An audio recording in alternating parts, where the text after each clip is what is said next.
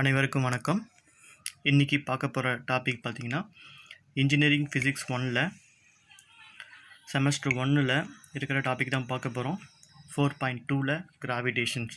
ஏற்கனவே நம்ம கிராவிடேஷன்னா என்னென்னு பார்த்துட்டோம். அதில் என்னென்ன பார்த்தோன்னு பார்த்தீங்கன்னா ஈர்ப்பு பற்றிய நியூட்டன் விதி, அதே மாதிரி புவியின் பரப்பில் புவியீர்ப்பு முடுக்கம், அது வரையும் நம்ம பார்த்துருக்கோம். இப்போ அதனுடைய கண்டினியூட்டியில் நம்ம பார்ட் 2ல் பார்க்க போகிறோம். ஸோ பார்ட் 2ல் என்ன பார்க்க போகிறோம்னா variation of acceleration due to gravity with altitude. புவியீர்ப்பு முடுக்கம் குத்தியத்தை சார்ந்து எப்படி மாறுபடுது அப்படின்றத பார்க்குறோம். ஸோ பார்ட் 1ல் என்னென்ன பார்த்தோன்னா ஈர்ப்பு பற்றிய நியூட்டன் விதி, அப்புறம் புவியின் பரப்பில் புவியீர்ப்பு முடுக்கம்கான சமன்பாடு, அந்த சமன்பாடு என்னென்ன சொல்லுது, எதை பொறுத்து மாறுபடுது அப்படின்றத பார்த்தோம். ஸோ ஏற்கனவே எடுத்துன்னு ஒரு மாதிரி ரீகால் பண்ணிக்கலாம். ஸோ நியூட்டன் விதி ரொம்ப முக்கியமான 3 மார்க் கொஷின். நியூட்டனின் ஈர்ப்பு பற்றிய நியூட்டனின் விதி. ஸோ ஸ்டேட்மெண்ட்டாக சொல்லும்போது every body in this universe attracts every other body with a force which is directly proportional to the product of their masses and inversely proportional to the square of the distance between them. அப்படின்னு என்னென்னு பார்த்தீங்கன்னா, அண்டத்தில் உள்ள ஒவ்வொரு பொருளும் மற்றொரு பொருளை ஈர்க்கும் விசையானது அவற்றின் நிறைகளின் பெருக்கல் பலனுக்கு நேர் விகிதத்திலும் அவற்றிற்கு இடையே உள்ள தொலைவின் இருமடிக்கு எதிர் விகிதத்திலும் இருக்கும். ஸோ அண்டத்தில் 2 பொருள் இருக்குது, ஒன்று M1 வச்சுக்கோ, இன்னொன்று M2. அது ஈர்க்கிற விசை இருக்கு இல்லையா, அந்த விசை நிறைகளின் பெருக்கல் பலனுக்கு நேர் விகிதத்தில் இருக்குது. அதே மாதிரி அவற்றுக்கு இடையே உள்ள தொலைவு இருக்கு இல்லையா, அந்த தொலைவுக்கு எதிர் விகிதத்தில் இருக்குது அப்படின்றத பார்த்தோம். இது 3 மார்க், ரொம்ப ரொம்ப இம்பார்ட்டண்டான 3 மார்க் கொஷின், ஈர்ப்பு பற்றிய நியூட்டன் விதி. ஸோ அடுத்தது ஈர்ப்பற்றிய நியூட்டன் விதியை பயன்படுத்தி புவியின் பரப்பில் புவியீர்ப்பு முடுக்கம் காணுதல். இது ரொம்ப முக்கியமான 3 மார்க் கொஷின். சில இடத்துல 5 மார்க்லையும் கேட்கலாம். இந்த 5 மார்க் நம்ம ஏற்கனவே பார்த்தோம். அது லாஸ்ட்டு அந்த ஃபார்முலா என்ன கண்டுபிடிச்சோம் அப்படின்றத பார்க்கலாம். புவியீர்ப்பு முடுக்கம் G = G × M/r². ஸோ Gன்றது புவியீர்ப்பு மாறிலி, Mன்றது புவியின் நிறை, Rன்றது அது புவியினுடைய ஆரம். ஸோ இதை வச்சு இந்த ஃபார்முலா நம்ம கண்டுபிடிச்சிருக்கோம் போன 5 மார்க்கில் புவியின் பரப்பில் புவியீர்ப்பு முடுக்கம். ஸோ அந்த G எதை பொறுத்து மாறுபடும் அப்படின்னு பார்த்தீங்கன்னா, ஸோ G பொருளின் நிறையை பொறுத்தது இல்லை. ஸோ புவியீர்ப்பு முடுக்கம் பொருளின் நிறையை பொறுத்தது அல்ல.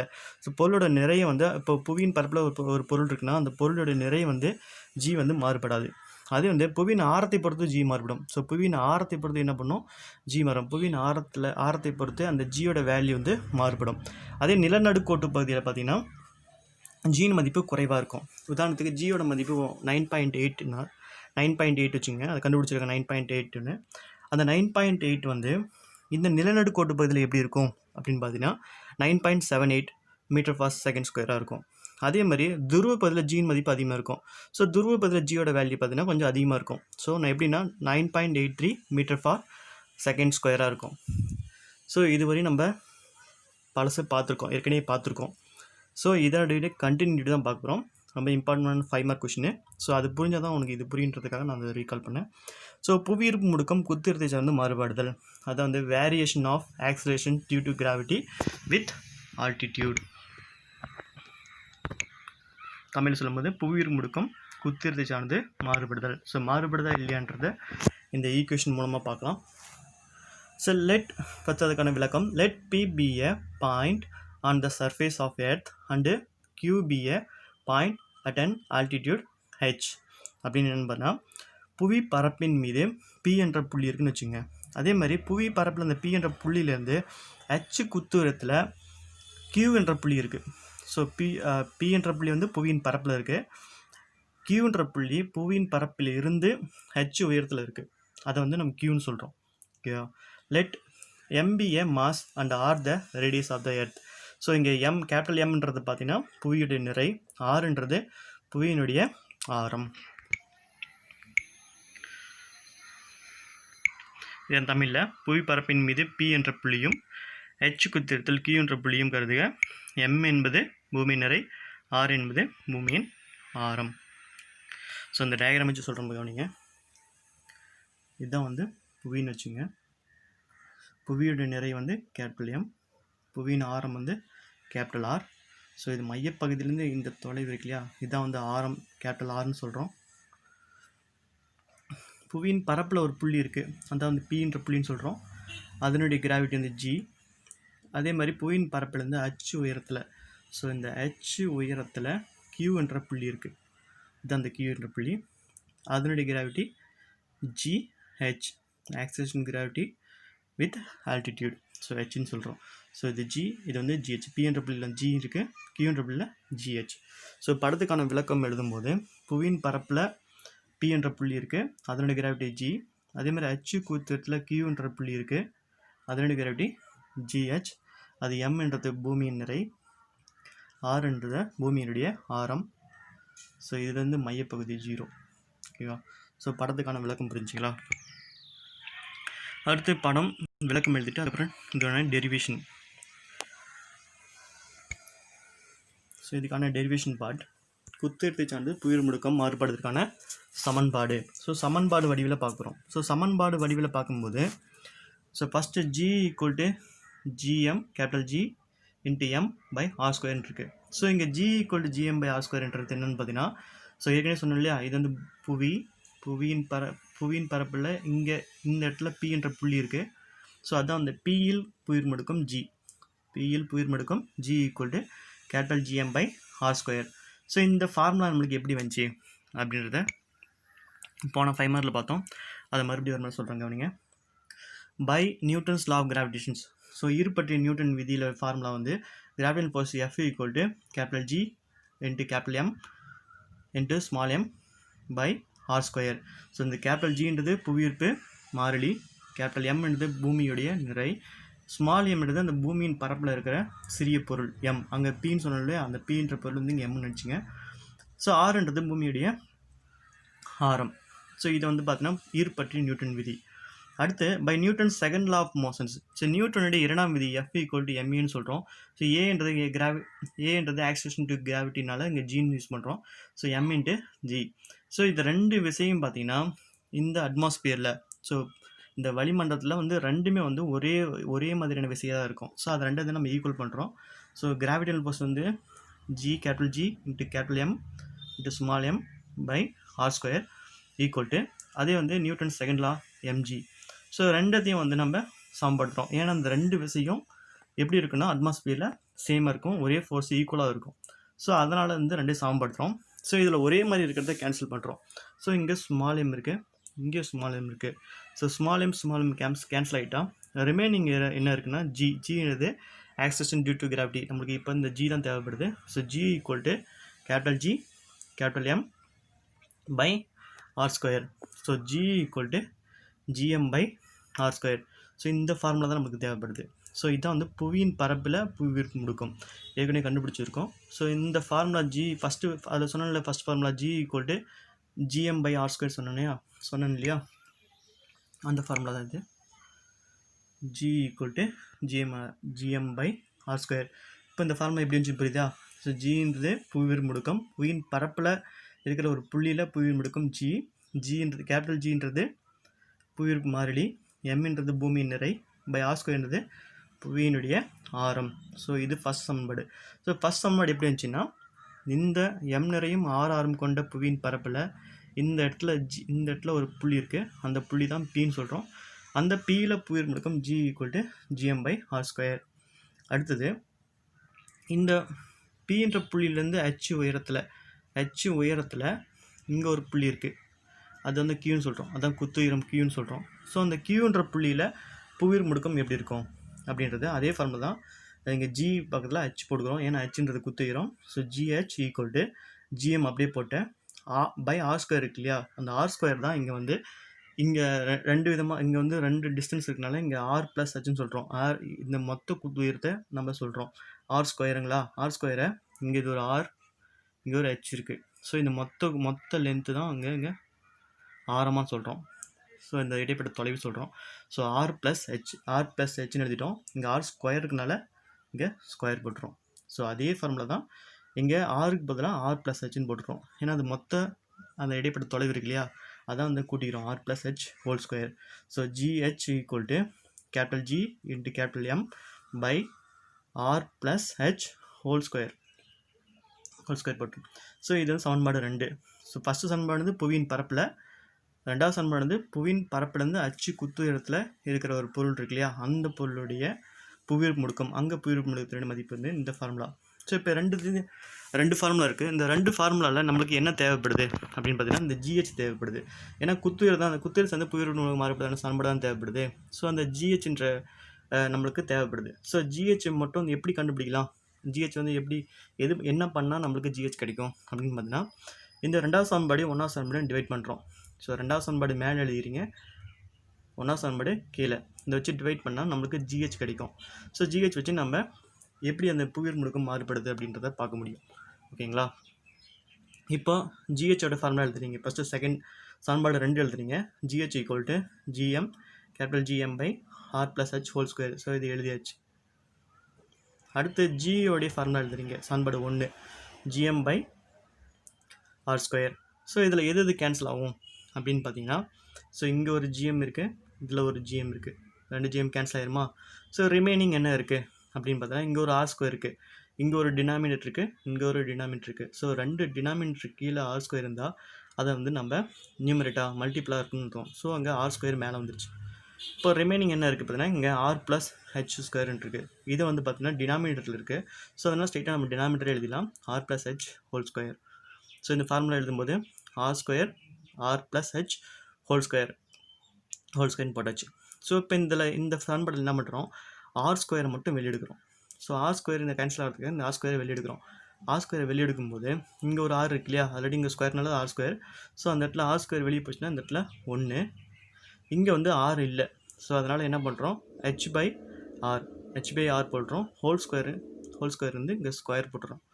இந்த சமன்பாடு வந்து ஸ்கொயர் போட்டுறோம். ஆல்ரெடி இங்கே ஸ்கொயர்னால அந்த ஸ்கொயர் அப்படியே போட்டுறோம். ஸோ இது என்னென்ன கேன்சல் ஆகும்னா இங்கே ஒரு R², இங்கே ஒரு R² கேன்சல் ஆகிரும். ஸோ ரிமைனிங் என்னது 1+H/R² இருக்குது. இது வந்து டிவைடில் இருக்குது. ஸோ டிவைடில் இருக்குது நம்ம மல்டிபிள் ஆகும்போது இந்த ஸ்கொயர் வந்து அங்கே மைனஸ் ஆயிரும். இந்த ஸ்கொயர் ப்ளஸ் ஸ்கொயர் இருந்து இங்கே மைனஸ் ஆயிரும், -2 ஆயிரும். ஸோ அதான் வந்து 1+H/R² -2 whole to the power -2. இப்போ இங்கே என்ன பண்ணுறோன்னா ஈருறுப்பு தேற்றத்தை பயன்படுத்த போகிறோம். ஸோ பைனாமியல் ஈக்குவேஷன்ஸை இங்கே யூஸ் பண்ணுறோம். ஸோ பைனாமியல் ஈக்குவேஷன் இங்கே யூஸ் பண்ணி என்ன பண்ணுறோம், இந்த சமன்பாடை சுருகி ஈருறுப்பு கோவையை நம்ம விரிவுபடுத்துகிறோம். ஸோ அதை விரிவுபடுத்துறதுக்கு என்ன ஃபார்முலா, ஸோ ஈருறுப்பு தேற்றம் 1+H/R whole to the power of -2 இருக்குது. இதை வந்து நம்ம எப்படி வந்து ஈருறுப்பு தேற்றமாக மாற்ற போகிறோம் அப்படின்னு பார்த்தோன்னா 1+X⁻n இருக்குது ஈருறுப்பு தேற்றத்தில். இங்கே என்ன ஆயிருன்னா, சப்போஸ் இங்கே மைனஸ் இருந்துச்சுன்னா இந்த மைனஸ் வந்து இந்த ப்ளஸ் இடத்துல வரும். அப்போ 1 - ns வரும். இதுதான் இந்த ஈருறுப்பு தேற்றம். ஸோ இந்த ஈருறுப்பு தேற்றத்தை இந்த ஈக்குவேஷன் நம்ம பயன்படுத்த போகிறோம். ஓகேங்களா? ஸோ இங்கே 1 இருக்குது, ப்ளஸ் இருக்குது, H/R இருக்குது. ஸோ -2ன்றது இங்கே என்னன்னு வச்சுங்க. ஸோ இந்த -2ன்றது n, -2 வந்து இந்த ப்ளஸுக்கு இடையில் வரும்போது ப்ளஸ் இன்ட்டு மைனஸ் பெருக்கும்போது தான் அங்கே என்ன வரும்னு பார்த்தீங்கன்னா, அங்கே என்ன குறி வரும்னு பார்த்தீங்கன்னா மைனஸ் குறி வரும். சரிங்களா? ப்ளஸ் இன்ட்டு மைனஸ், இங்கே வந்து மைனஸ் 1ன்றதை 1 அப்படியே எழுதிங்க. 1ன்றதை 1 அப்படியே எழுதியாச்சு. நடுவில் இங்கே ப்ளஸ் இருக்குது, இங்கே -2 இருக்குது. So minus into plus minus, அப்புறம் இந்த 2 மல்டிப்ளை, இந்த ஸ்கொயரில் இருக்க 2 வந்து இந்த h பக்கத்தில் வந்துடும். அப்போ இங்கே 2h, இங்கே பை r இருக்கனால இந்த r அப்படியே போட்டிங்க. ஸோ இதான் வந்து 1 - 2h/r. ஸோ இந்த சமன்பாடு எப்படி வந்துச்சு தெரியுங்களா? ஈருறுப்பு தேற்றத்தை பயன்படுத்தி நம்ம விரிவாக்கிறோம். இந்த 1+H/R whole to the power -2 இருந்துச்சு. ஸோ -2 வந்து இந்த ப்ளஸுக்கு நடுவில் வரும்போது, இந்த ப்ளஸ் இடையில் வரும்போது, ஸோ ப்ளஸ்ஸும் மைனஸும் பெருக்கும்போது நம்ம மைனஸ் வரும். அதனால் இங்கே மைனஸ் சிம்பிள் போட்டுக்கிறோம். ஸோ இந்த 2 வந்து h பக்கத்தில் வரும், 2h/r. ஏன்னா இது வந்து பைனாமியல் ஈக்குவேஷனுங்கிற ஒரு ஃபார்முலாவை நம்ம விரிவுபடுத்துகிறோம். இந்த ரைட் ஹேண்ட் சைடில் GH/G இருக்கு இல்லையா, அது ஏற்கனவே இந்த ஃபார்முலா இருக்குது மாதிரி GH/G, அதை அப்படியே இங்கே போட்டிங்க. GH/G = 1 - 2h/r. ஸோ நம்ம சமன்பாட்டில் என்ன தேவை அப்படின்னு பார்த்தீங்கன்னா, குத்துயரத்தை சார்ந்து புவியீர்ப்பு முடுக்கம் மாறுபடுவதற்கான கோவை. ஸோ அதனால் நமக்கு GH தான் தேவை. ஸோ இந்த ரைட் ஹேண்ட் சைடில் இருக்கிற Gயை வந்து இந்த பக்கம் தள்ளும்போது இங்கே டிவைடில் இருக்குது, இங்கே வந்து ஈக்குவல் வந்த அப்புறம் மல்டிப்ளை ஆயிரும். ஸோ GH = G ஆல்ரெடி அங்கேயே இருக்குது, 1 - 2h/r இருக்குது. ஸோ அது அப்படியே எழுதியாச்சு. ஸோ இதுதான் வந்து புவியீர்ப்பு முடுக்கம் குத்துயரத்தை சார்ந்து மாறுபடுவதற்கான சமன்பாடு. GH = G 1 - 2h/r. இது கண்டுபிடிச்சாச்சு. ஸோ இது கண்டுபிடிச்ச பின்னாடி இப்போ இதுக்கான விளக்கம் எதை பொறுத்து மாறுபடும் அப்படின்றத பார்க்கலாம். So the above equation says இந்த மேற்கண்ட சமன்பாடு என்ன சொல்லுது அப்படின்னா g decreases with increase in height. So h அதிகரிக்க அதிகரிக்க g என்ன ஆகும்னா குறையும். h அதிகரிக்க அதிகரிக்க g வந்து குறையும். அடுத்து ரெண்டாவது when h equal to r/2. So அந்த h என்ற குத்துயரம் புவியின் ஆரத்தில் பாதியாக இருக்கும்போது அங்கே ஜியோட வேல்யூ வந்து ஜீரோவாக இருக்கும். ஜியோட மதிப்பு வந்து ஜீரோவாக மாறிடும். ஸோ அதை தான் வந்து இந்த ஈக்குவேஷன் வந்து நம்ம கண்டுபிடிக்கிறது. மறுபடியும் சொல்கிறேன் பாருங்கள். இந்த above equation says, ஸோ இந்த ஈக்குவேஷன்ஸில் இந்த ஹெச்சோட வேல்யூ இன்க்ரீஸ் ஆக இந்த ஜியோட வேல்யூ வந்து குறைஞ்சிட்டே போகும். ஸோ குறைஞ்சிட்டே வந்து மைனஸில் வரும். ஸோ மைனஸில் ரீடிங் வரும்போது ஒரு குறிப்பிட்ட இடத்துல ஜீரோவாக மாறிடுது. ஸோ அதனால் ஜியோட மதிப்பு என்ன பண்ணணும்னா இங்கே குறையும். ஹெச் அதிகரிக்க ஜியோட வேல்யூ வந்து குறைஞ்சிட்டே போகும். ஸோ இதுதான் இந்த ஈக்குவேஷன் சொல்கிறோம். அதே வந்து h = r/2 உயரத்தில், அதாவது புவியின் ஆரத்தில் பாதியாக இருக்கும்போது அங்கே வந்து பார்த்திங்கன்னா புவியின் முடுக்கம் ஜீரோவாக ஆயிரும். ஸோ இதுதான் இந்த ஈக்குவேஷன் மூலமாக நம்ம கண்டுபிடிச்சது. மறுபடியும் ஃபஸ்ட் வந்து சொல்கிறது கவனிங்க. ஸோ புவியின் பரப்பில் புவியின் முடுக்கம் காணக சோதனை அல்லது கோவை.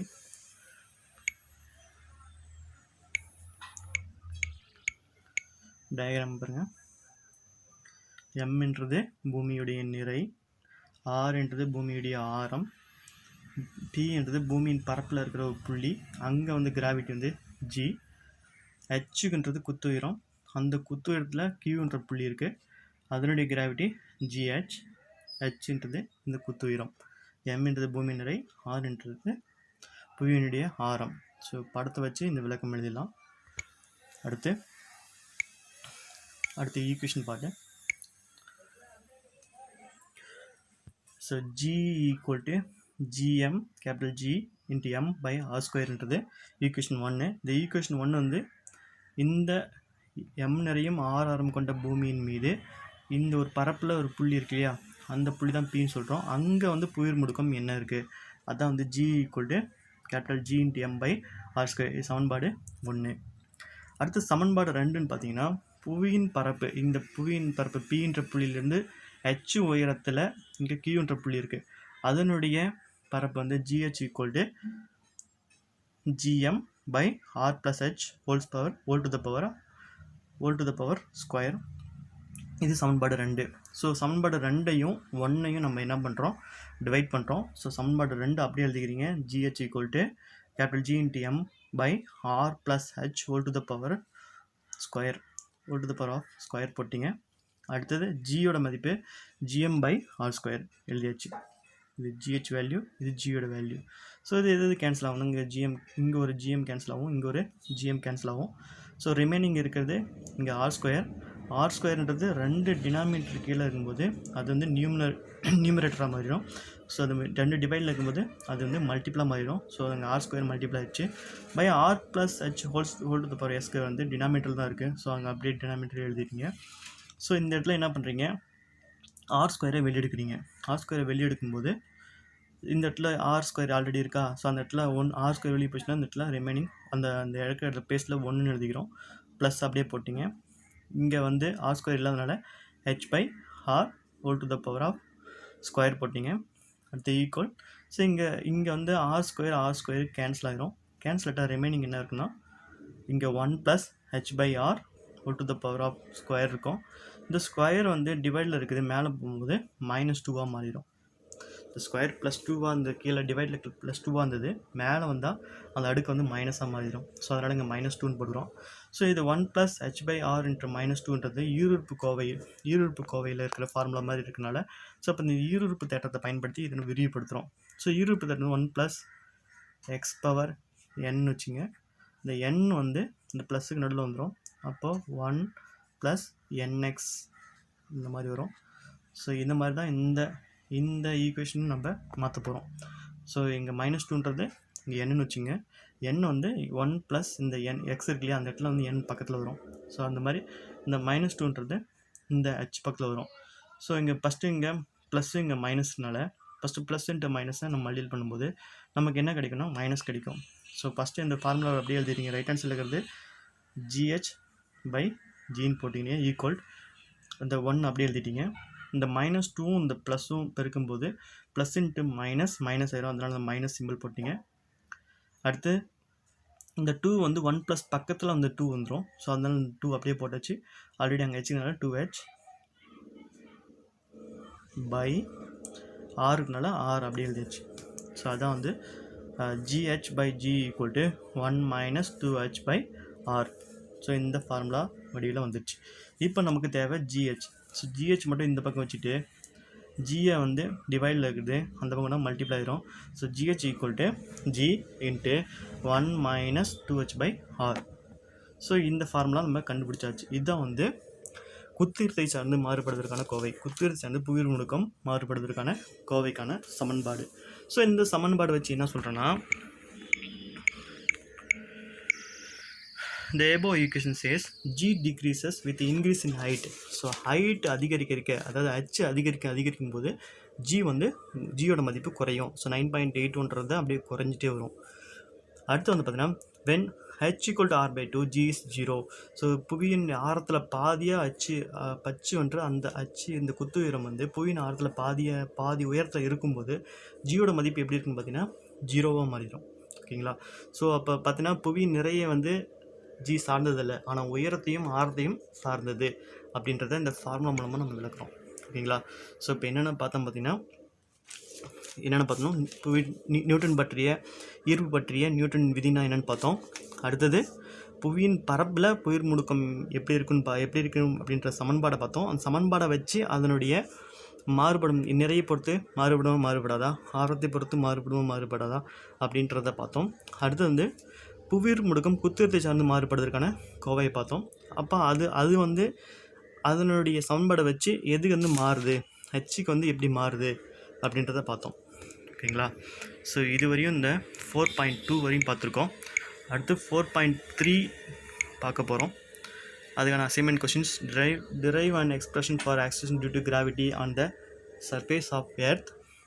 இது தமிழ் எழுதும்போது புவியின் பரப்பில் புவியீர்ப்பு முடுக்கத்திற்கான சமன்பாட்டை வருவி. ரொம்ப ரொம்ப முக்கியமான 5 மார்க் கொஷின். அடுத்த question derive an expression for the variation of acceleration due to gravity with altitude. புவியீர்ப்பு முடுக்கம் குத்திரத்தை சார்ந்து மாறுபடுவதற்கான சமன்பாட்டை வருவி.